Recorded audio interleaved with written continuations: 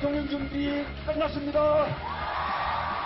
청와대 민정수석 비서실장하면서 외교, 안보, 사회 갈등 모두 다루고 갑니다.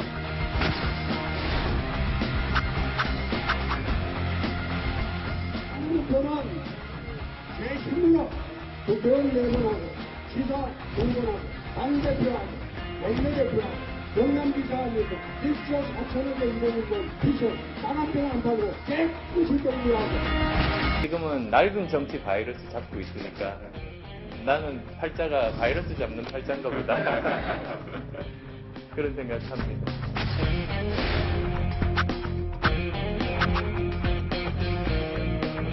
저는 평생을 경제 전문가로서 또 안보 전문가로서 배우고 경험하고 고민한 것을 이 나라를 위해 쓰이고 싶어서 출마했습니다. 능력 있는 대통령이 될 자신이 있습니다.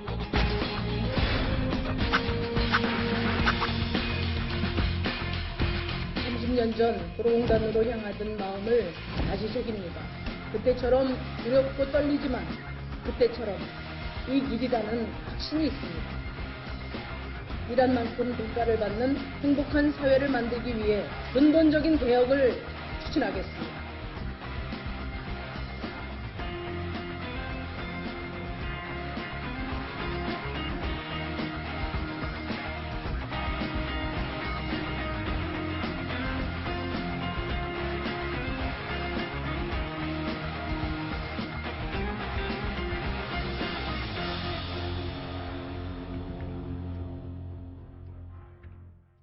네, 이제 대한민국이 선택할 시간이 왔습니다. 네, 사상 초유의 장미 대선이다 보니까 역대 어느 대선과도 지금 분명히 다른 양상 보이고 있습니다. 저희가 그래서 한번 준비를 해봤습니다. 자, 오늘 선택의 날 19대 대선 이것이 다르다. 네, 첫 번째입니다. 막판 단일화 없는 오자구도 물고 불리는 셈법 득표율은 과연 그렇습니다. 지금 단일화 논란이 없었고요. 그리고 양자구도가 아니라 지금 다자구도, 특히 오자구도로 진행이 되다 보니까 좀 다양한 셈법이 작용을 하고 있어요. 좀 어떻게 보십니까? 네, 대단히 저 점이 특징적이었던 선거였던 것 같아요.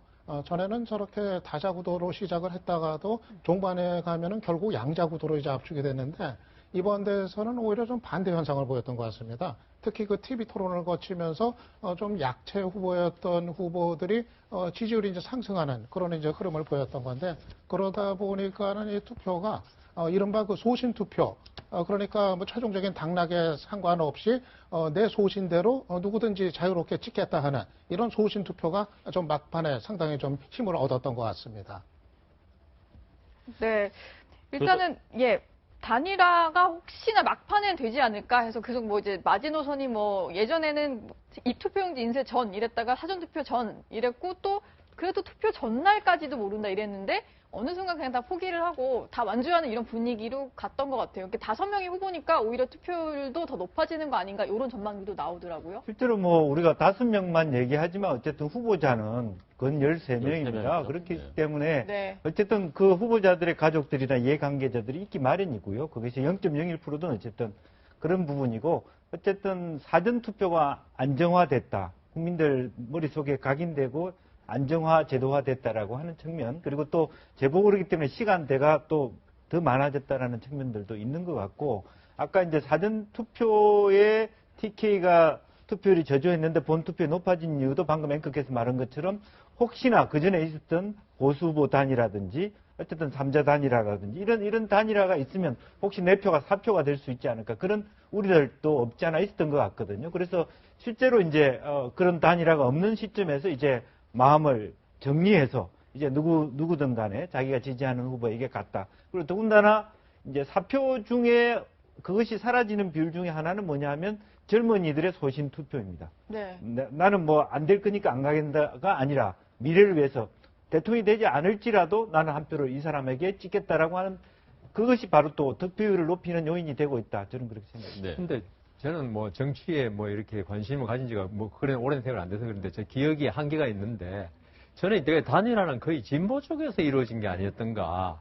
근데 이번에는 뭐 안철수 후보를 보수로 봐야 될지 진보로 봐야 될지 좀 구분이 안 되는데 어쨌든 이제 중도 보수로 본다면은 보수끼리는 단일화가 되는 걸 거의 본 적이 없어요. 보수가 또 갈리는 것도 본 적이 별로 없고. 네. 그래서 그 대표적인 경우가 서울시 교육감 선거에서 항상 보수 후보가 많이 나와서 이렇게 표를 갈리면서 진보 후보가 당선을 2번 연거푸됐거든요.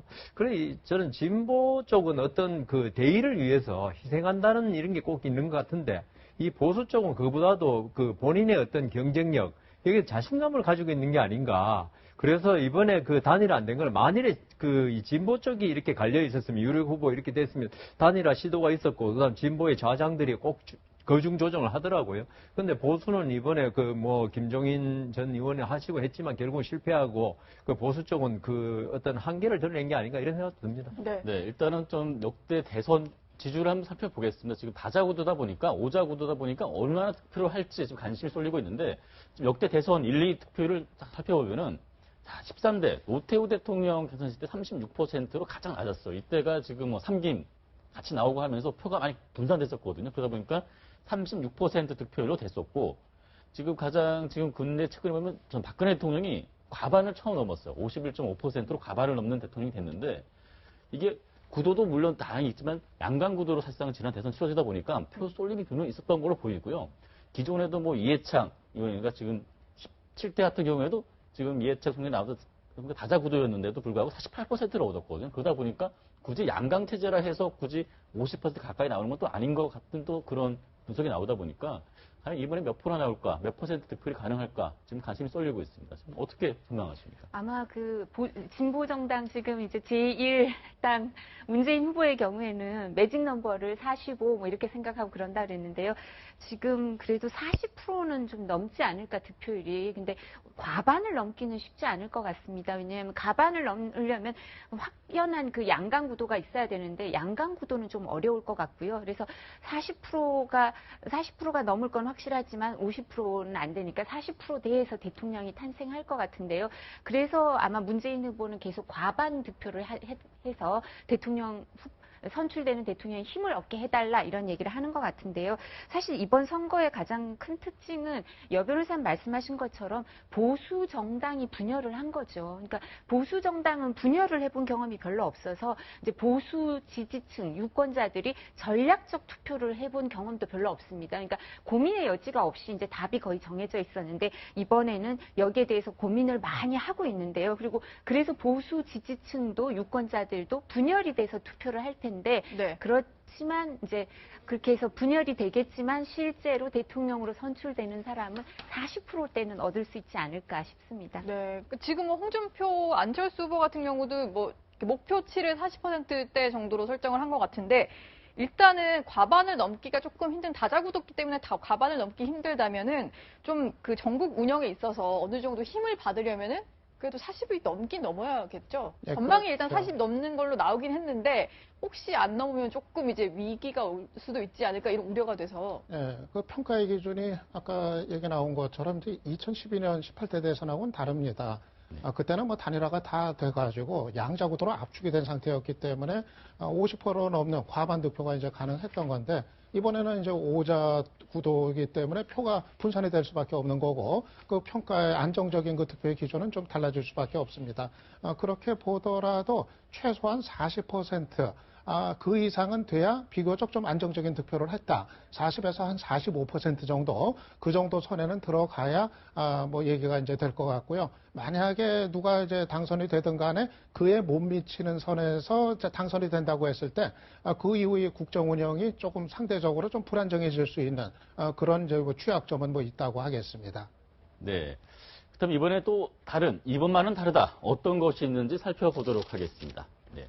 자, 온라인 선거운동 첫 호용, 투표 동료 경쟁도 벌어지고 있고, 너도 나도 인증샷, 기발한 인증샷 많이 지금 뭐 나오고 있는데, 그래도 새로운 또 변화인 것 같아요. 말씀하신 것처럼 투표가 하나의 축제처럼 이제 받아들여지고 있는 것 같아서 보다서 나의 의견을 제시하고 그런 모습이 보여지고 있는데, 좀 많이 달라진 문화인 것 같습니다. 네. 네. 오히려 지난번 같은 건 이걸 너무 불허하다 보니까 오히려 부작용이 많았고 어차피 선관위가 그걸 잡기도 제도적으로 불가능한 것이라서 이건 상당히 잘했다고 보여집니다. 그래서 자기 나름대로 이거 자체가 어떤 투표율을 올리는데 기여한 긍정적인 측면들도 있고요. 다만 이제 그런 개별적으로 지난번부터 풀리기 시작한 것은 뭐 문자 메시지를 하든지 동료를 하든지 하더라도 막 무더기로 하는 것은 불법이죠, 지금도. 그죠? 개개인적으로 내가 개인적으로 이렇게 했다라고 하는 정도의 수준에서, 양심적 수준에서 한다는 것은 긍정적인 이미지가 있는 것 같고, 그런 의미에서 사실은 또 1번, 2번, 3번, 4번, 5번이 각자의 그 손 모양을 만들어내는 또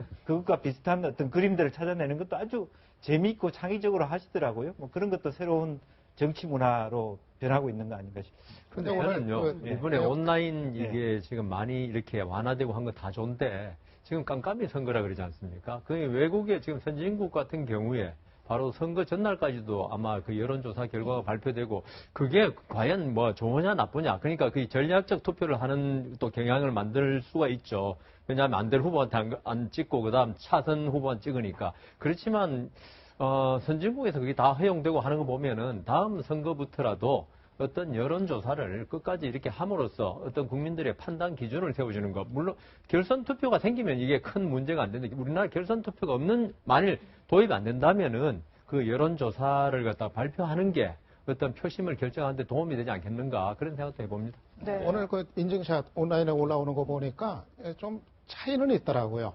여론조사상으로 앞서 나가는 후보 인증샷은 엄청 많이 올라오고, 좀 열세인 후보 같은 경우는 인증샷이 좀 많이 위축이 된 것 같은 그런 이제 차이를 뭐 보이고 있는 것 같은데요.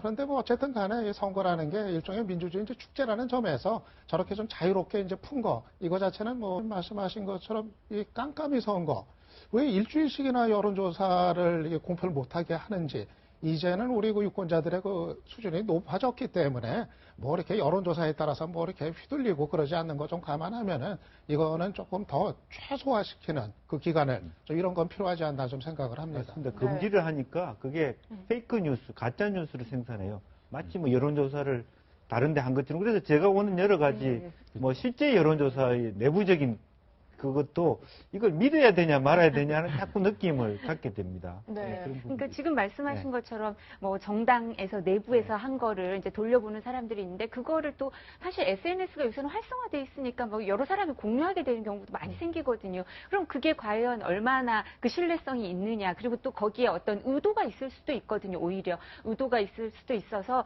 이 부분은, 그래서 다른 그 선진국에서는 이와 관련해서 대법원까지 가서 이제 알 권리를 보장하기 위해서 이제 그 여론조사를 금지를 해제하고 이런 경우가 있기 때문에 아마 우리도 변화할 거고요. 사실 선거법 관련해서 규정이 우리는 금지가 많이 돼 있는데요. 이 부분과 관련해서 또 점점 많이 풀어주는 방식으로 유권자들의 주권의식이 커지면서, 그리고 이번 선거 자체도 사실 유권자들이 만들어낸 선거니까 앞으로도 점점 그렇게 활성화되는 방향으로 갈 것 같습니다. 이두아 지금 뭐 의원님 말씀에 제가 동의하는 게요. 우리나라는 이게 그 후보들을 알 수 있는 시간이 너무 짧은 것 같아요. 선거운동 기간이 딱 법정돼 있고. 근데 미국 같은 경우는 보면요, 평소에도 항상 선거운동 할 수 있거든요. 가가호 방문해가 자기 그 이념을 이야기하고 토론도 하고 이러면서 어떤 후보에 대한 어떤 검증이 평소에도 항상 이루어지는데, 우리는 평소에는 전혀 후보 검증이 안 되다가 딱 몇 개월 사이, 이번엔 더 했죠. 왜냐하면은 뭐 장미 대선이라는 거기 때문에. 그래서 이 부분도 좀 선거법 앞으로 한다면은 우리가 국민들이 후보에 대해서 정확히 알 수 있도록 평소에 이런 선거운동 제한을 많이 풀어야 될 것 같습니다. 그래서 오늘 이번 대선도 특징적인 게 온라인을 많이 활성화하다 보니까 후보들도 유튜브라든가 아니면 페이스북 라이브라든가 여러 SNS를 활용해서 소통을 많이 하고 영상, 이미지적인 정치를 많이 했었거든요. 그래서 단순히 어디 뭐 메시지를 던지는 것뿐 아니라 이미지, 특히 뭐 그런 부분이 많이 어필을 하는 것 같은데, 그게 젊은 층뿐 아니라 또 이제 노년층에도 하나의 또 유튜브도 활성화되고, 사실 시간이 너무 짧아서 저희들이 그걸 공유하지 못하지만 정책을 모아놓은 어플리케이션이라든지 아주 좋은 여러 가지 제도들이 많거든요. 사실은 자기가 맞는, 말하자면 브라인드로 해서 후보가 누군가를 찾게 해주는 그런 것들도 앞으로 활성화될 텐데, 사실은 좀 유감스럽게 이번 대선은 너무 시간이 짧다 보니까 그런 것을 일반화하기에는 조금 모자라지 않는, 시간적으로 뭐 그런 아쉬움이 있습니다. 예전에는 그 방송, 뭐 TV 토론을 많이 보셨다시피 특히 알 수 있는 시간이 제한됐었는데 매체가 그게 없었잖아요, 과거에는. 근데 요즘은 1인 방송에서 페이스북이라든가 해서 안철수 같은 경우도 지금 뚜벅 유세를 계속 라이브 중계를 했었고요. 그리고 문재인 후보 같은 경우도 문재인 TV라든가 그걸 많이 활용을 하면서 본인을 알릴 수 있는 1인 매체를 늘 옆에 두고 다니고 있다 보니까 대중들 입장에서는 조금 접근성이 더 좋아지지 않았나 그런 생각도 들더라고요. 네. 근데 지금 말씀하신 거는 후보 어떤 인지도 면에서는 확실히 좋아졌는데 제가 아까 말씀드린 거는 후보의 정체성, 후보의 이념, 과연 그리고 정책이 과연 우리 실생활에 진짜 변화시킬 수 있는 거냐 이런 부분에 대해서 조금 아쉽다는 이야기입니다. 그래서 정책에 대한 부분은 조금 시간이 너무 짧다 보니까 저희가 이번에 많이 할애를 못했었죠. 그래서 그런 부분은 좀 아쉽고 다음에는 좀 달라지지 않을까 그런 생각을 해봅니다. 네, 그럼 마지막 한번 넘겨보도록 하겠습니다. 자, 이번에 달라진 것 무엇일까? 네, 가족들의 활약 마지막까지 유세전입니다. 후보들 못지않은 관심 이번에 많이 받았었고요. 또 가족들에게 그러니까 이번에 좀 참 특색이 있었던 것 같아요. 지난 대선 얘기를 들어보니까 지금 문재인 후보 같은 경우는 이번이 두 번째지 않습니까? 지난 대선 때는 박근혜 후보가 당시에 좀 가족이 없다 보니까 남아 가족들이라는 거 좀 그래서 또 가족 동행해서 유세하는 건 좀 자제를 했었다. 그런 얘기를 했었어요. 근데 이번 대선은 모든 후보들이 다 가족까지 총동원해서 유세에 나섰는데 모습을 다 보기 좋았거든요. 그래서 이번에 특히 가족들이 선거운동에 적극 나선 후보가 우선 눈에 띄는 게 이제 안철수 후보 경우였던 것 같고요. 네. 부인인 김미경 교수, 그리고 딸 안설희 씨죠. 이번에 선거운동 캠페인 내내 이제 같이 다니는 모습 보이기도 했고, 또 유승민 후보 딸 유담 씨죠. 이번에 또 아버지 도와가지고 적극적으로 이제 유세에 나섰다가 또 좀 봉변도 당한 일도 있고 그랬습니다만은 아무튼 그런 경우가 특히 좀 많이 좀 눈길을 끌었던 것 같아요. 네. 문재인 후보 같은 경우에는 가족, 특히 이제 자녀 문제로 조금 곤욕을 치른 면이 있어서 가족이 좀 등장하지 않다가 마지막에 모습을 나타내기도 했는데요. 마지막 유세 현장을 함께한 가족들의 모습을 저희가 한번 준비해봤습니다. 함께 보시죠. 문재인을 단지 내 아버지로서만 생각한 제 모습이 부끄럽고 죄송했어요. 그리고 아빠 지금은 오히려 아버지께서 대통령 후보가 되셔서 다행이라고 생각합니다. 아빠 말씀처럼 뚜벅뚜벅 걸어오신 가장 준비된 대통령 후보라고 생각합니다. 문파 1호 아버지 딸 다혜입니다. 오늘 신혼여행 간 아들이 화상전화가 와서 카톡으로 하면 공짜잖아요. 화상전화가 와서 받아보니까 좋은 꿈 꿨다. 그러길래 내가 $100에 샀습니다.